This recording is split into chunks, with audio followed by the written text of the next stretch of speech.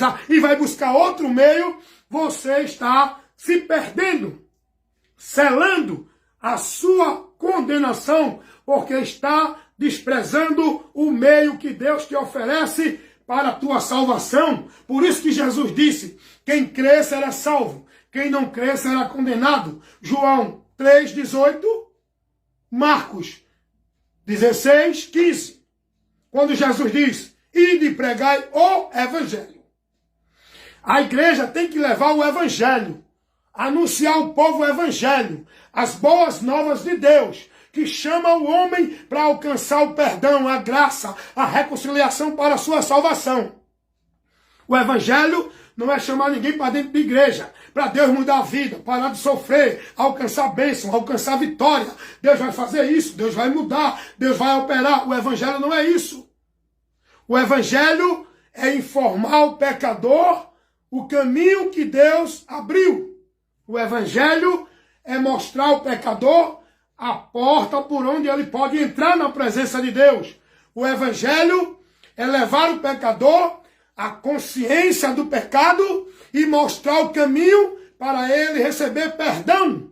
O evangelho é mostrar ao pecador a realidade da sua alma condenada e mostrar ao pecador o caminho para a salvação. O evangelho é isso. Não é dizer, Jesus vai mudar a tua vida, vai abrir as portas, vai te dar uma grande vitória, vai fazer isso, venha para a igreja, para você ter prosperidade, para você alcançar vitória, deixar de sofrer. E não, evangelho, isso não.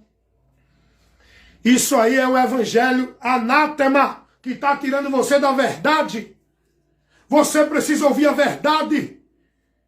A maior mudança na tua vida que Deus quer fazer é a mudança da tua condição espiritual diante de Deus. Porque tu se encontra que não está em Cristo ainda. Todos que não estão em Cristo são filhos da ira, são alvo do juízo de Deus, que é a justiça dele para punir o pecado no pecador que pratica. Aqueles que ainda estão sem Cristo, que não se converteram, estão dentro de uma condenação, estão em maldição, estão correndo perigo eminente, depois da morte, seguir ao juízo, porque Deus quer mudar essa situação da humanidade. A humanidade, você que faz parte dela, é individual. Salvação é responsabilidade do homem. Foi Deus que operou. É o homem que decide se aceita ou despreza a salvação que Deus oferece a ele, para ele ser livre da condenação. É isso que Deus quer mudar. O evangelho faz isso na nossa mente. Ele ilumina para a gente entender essa realidade. Que o diabo cega o entendimento dos incrédulos para que não lhe resplandeçam a verdade do evangelho de Cristo. O trabalho do diabo é esse. Tirar a palavra do coração do homem, para o homem não entenda, para que ele não seja salvo e permaneça na condenação. 2 Coríntios 4, 4. Lucas 8, 12. Você vai ver essa verdade lá. O objetivo do diabo é esse.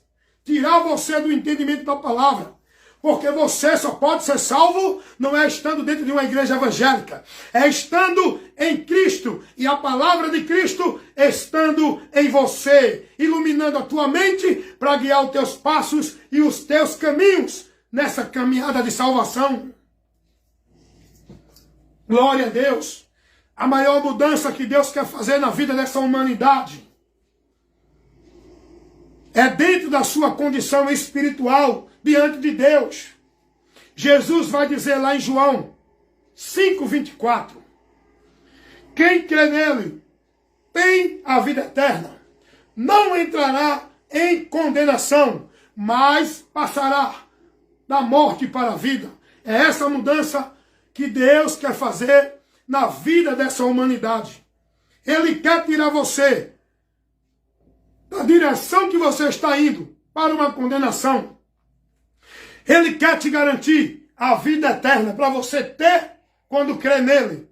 Ele quer tirar você da condição de morto, separado, afastado, dentro da ira de Deus. Ele quer trazer você para a vida em comunhão, dentro da vida com Deus, dirigido para a eternidade. É isso que Jesus quer mudar na vida dessa humanidade. E esse é o meu trabalho.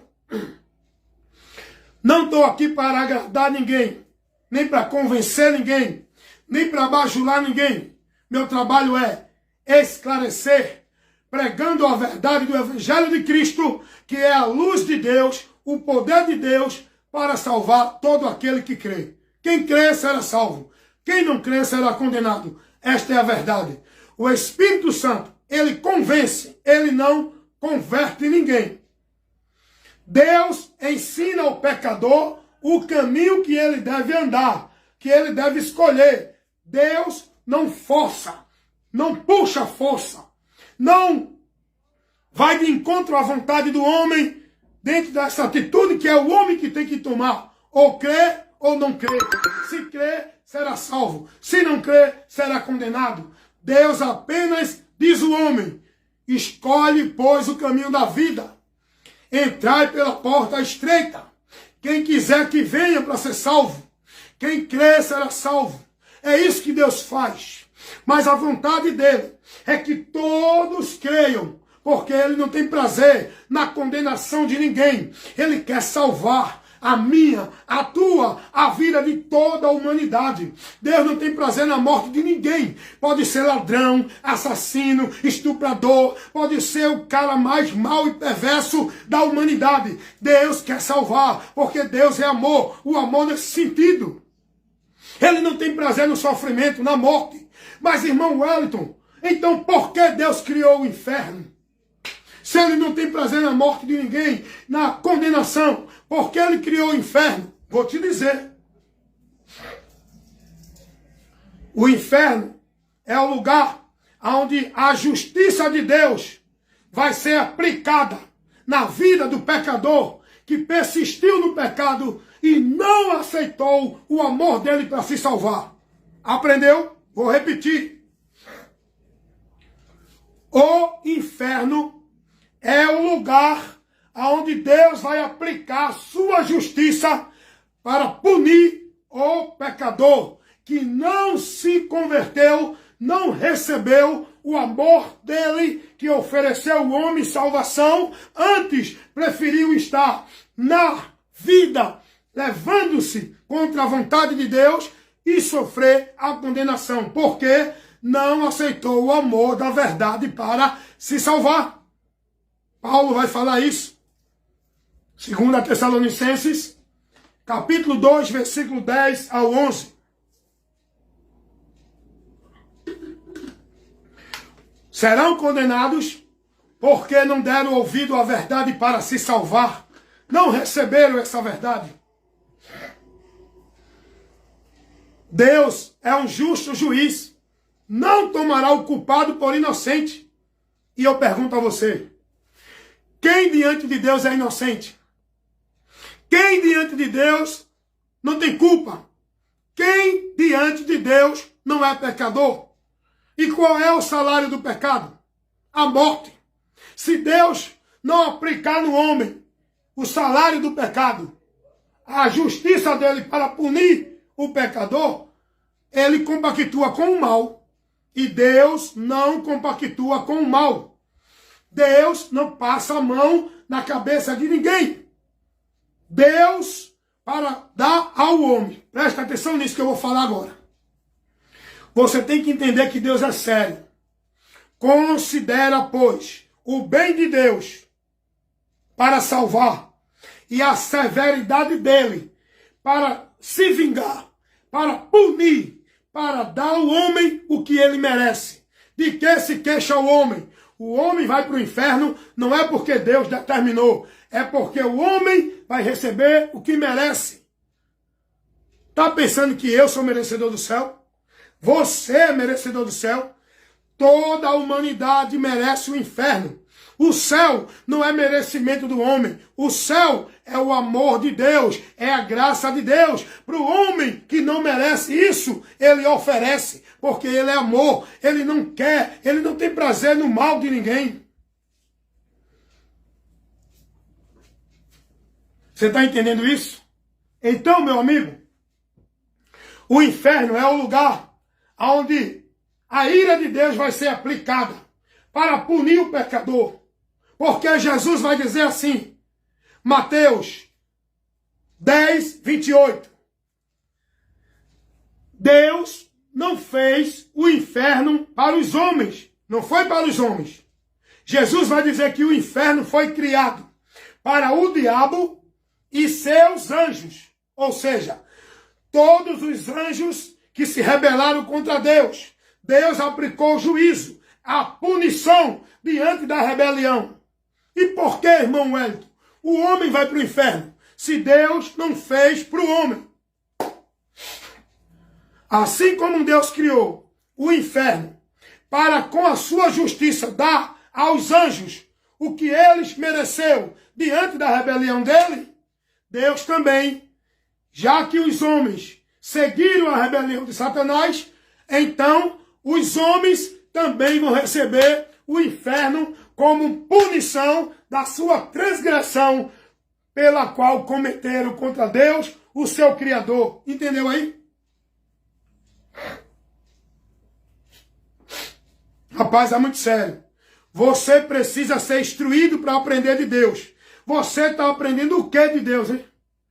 Como é que tu está aprendendo de Deus? O povo está aprendendo um conhecimento de Deus que é fantasia, que é fábula, que é mentira em nome de verdade. Errais, não conhecendo a verdade de Deus, não examinando as Escrituras e nem conhecendo o poder de Deus. Vá buscar conhecer a Deus aqui, ó. Deus se revela aqui, não é ali, aqui ou acolá. É aqui que Deus se revela para nós. O conhecimento de Deus está aqui, não é ali, aqui ou acolá. Muitos não dão valor a essa palavra. Muitos não têm nenhum amor a essa palavra. Muitos não estão nem aí para o que essa palavra ensina. Como é de Deus, hein? Como é de Deus, hein? Como alguém diz que é de Deus, se nega a palavra, não tem amor à palavra, não se importa com a palavra, não dá ouvido à palavra, não tem prazer na palavra, não busca a palavra. Como é de Deus, hein? Tá pensando que é de Deus é ter uma vida de devoção religiosa, é? Jesus vai dizer, sabe o quê? Quem é de Deus, ó o princípio de quem é de Deus. Ouve a palavra dele. Está nele, na palavra. Quem é de Deus é quem está pregando a palavra, não é quem está dentro de igreja, que diz que é a casa de Deus. Quem é de Deus é quem está em Cristo, e a palavra de Cristo está em nós, e a gente leva ela. A gente tem compromisso em pregar o Evangelho, é a palavra, é Jesus.